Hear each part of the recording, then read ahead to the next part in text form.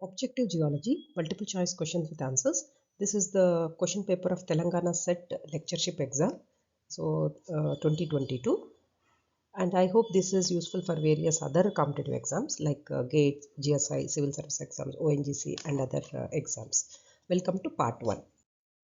Coming to the first question. Rare earth minerals, REE minerals, are commonly associated with which type of rocks? A. Dunite, B. Carbonatite, C. Quartzite, D. Dolomite. The correct answer is B. Carbonatites, because carbonatites contain the highest concentration of rare earth elements of any other igneous rock. So here the correct answer is B. Carbonatite. Next question. Which of the following is not part of the interference figure?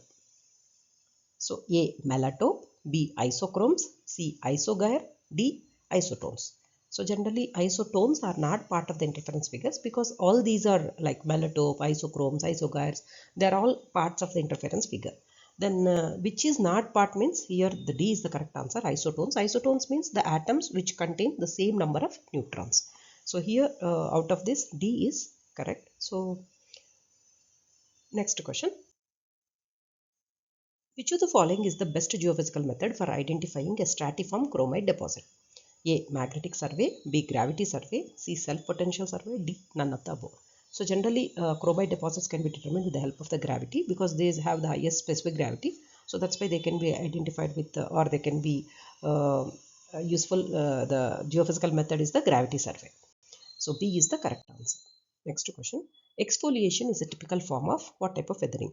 A. Chemical weathering, B. Biochemical weathering, C. Physical weathering and D. Moss wasting. So generally exfoliation is a typical form of mechanical weathering or physical weathering. Both mean the same. So here granites and generally exfoliation, granites and basalts, they exhibit this type of exfoliation. Next question. Infiltrated water above the water table is known as A. Percolating water, B. Vadose water, C. Soil water, D. Connate water. So generally Vadose water is the infiltrated water above the water table. Next question. Cruciform twinning is exhibited by A. Kyanite, B. Starolite, C. Grassolarite and D. Albite. So cruciform twinning is exhibited by Starolite. So B is the correct answer.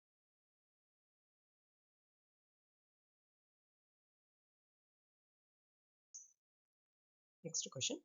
If the fault planes strike parallel to the tunnel axis, then the site condition for the tunneling will be A. Desirable, B. Most desirable, C. Undesirable and D. Limited effect.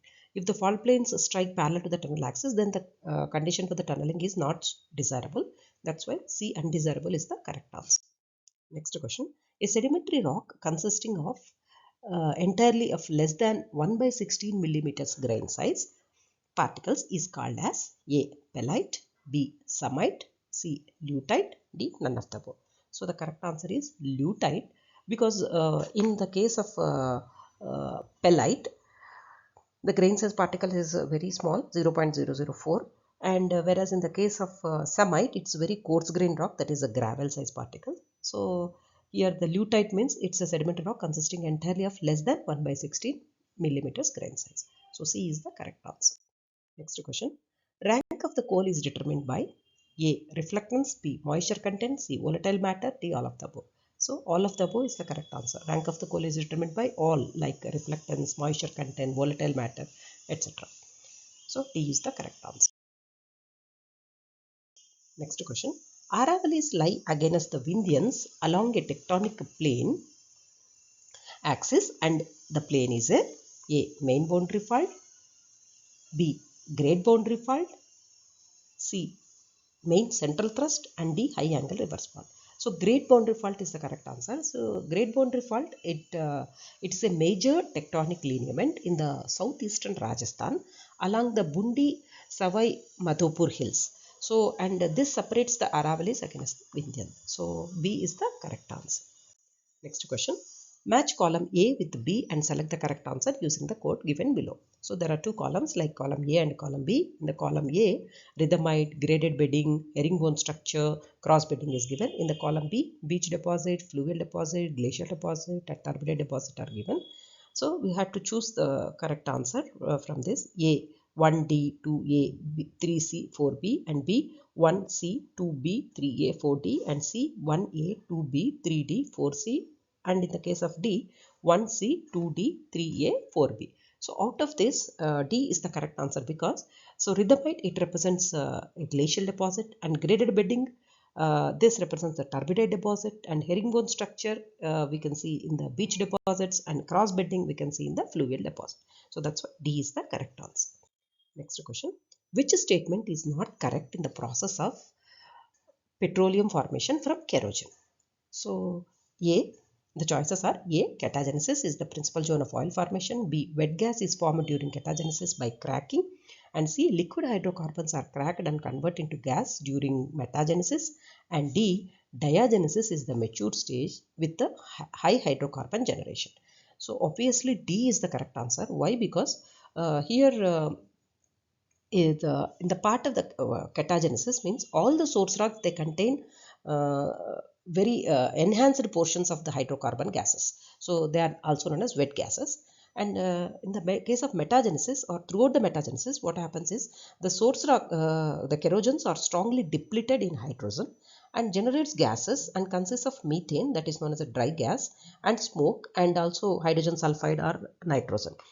And the diagenesis actually, it is a process of compaction under mild conditions of temperature and pressure. It is a preliminary process, or it's the first stage in the process of petroleum formation.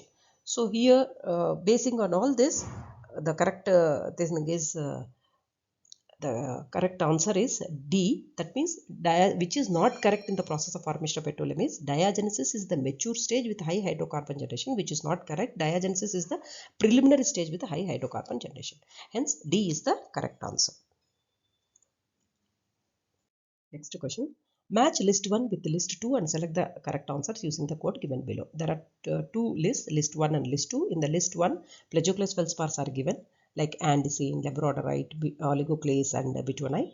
So here the percentage of plagioclase is given. In andesine, like that A, B, C, D is given AN10 and AN30, AN30 and AN50, and for oligoclase it is AN50 and AN70. For bitumenite it is given as AN90 and AN100, and another concentration like E, AN70 and AN90.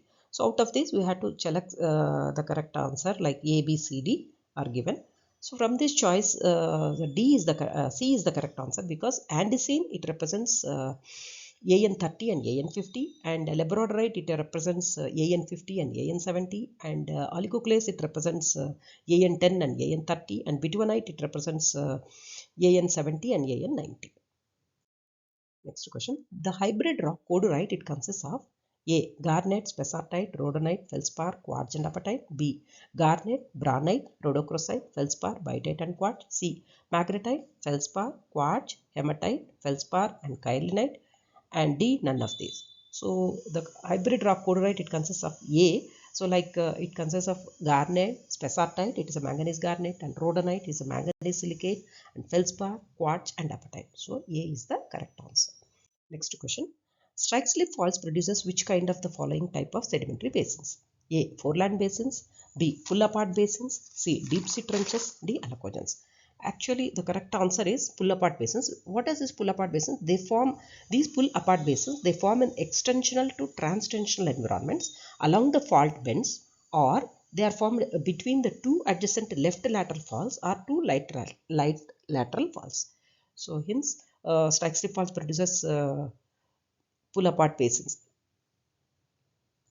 Next question. Which of the following is not an index fossil? A, paradoxite pinus, B, Turritella angulate, C, Scaphites lipocrepis, and D, Cardita bemonte. All these are index fossils. Like if you take paradoxite pinus is an index fossil, Scaphites lipocrepis is an index fossil, and Cardita bemonte is an index fossil. So B is the correct answer. Like Turritella angulate is not an index fossil. Next question. Geostationary satellites are placed at an altitude of approximately A, 22,300 miles, B, 11,000 miles, C, 24,000 miles, and D, 33,000 miles. So here the correct answer is 22,300 miles. It roughly equal to 36,000 kilometers. So A is the correct answer. Next question. In situ deformation test of rocks is determined by A, H test, B, Brazilian test, and C, Jack test, and D, none of this. So The correct answer is C, Jack test. So what is in situ test? In situ test, it's a large test method for the determination of the rock mass deformation modulus. So this also known as for the determination of rock mass deformation modulus, this in situ test has been performed, and this can be performed by using plate loading testing, that is PLT, or jacking test, or PJT. So that's why the jack test is the correct answer. Next question. Which of the following statements about rock deformation is false? A. Deep crustal rocks are more likely to deform ductility than shallow crustal rocks. B. Rocks under low confining pressure are more likely to deform ductility than rocks under high confining pressure. C. Most soft rocks are more deformable than igneous rocks. And D. Hotter rocks are more likely to deform ductility than cooler rocks. The correct answer is B. That means we had to choose the false statement. So here B is the false statement. That means rocks under low confining pressure are more likely to deform ductility than rocks under high confining pressure is wrong. So that's why B is the correct answer. Next question.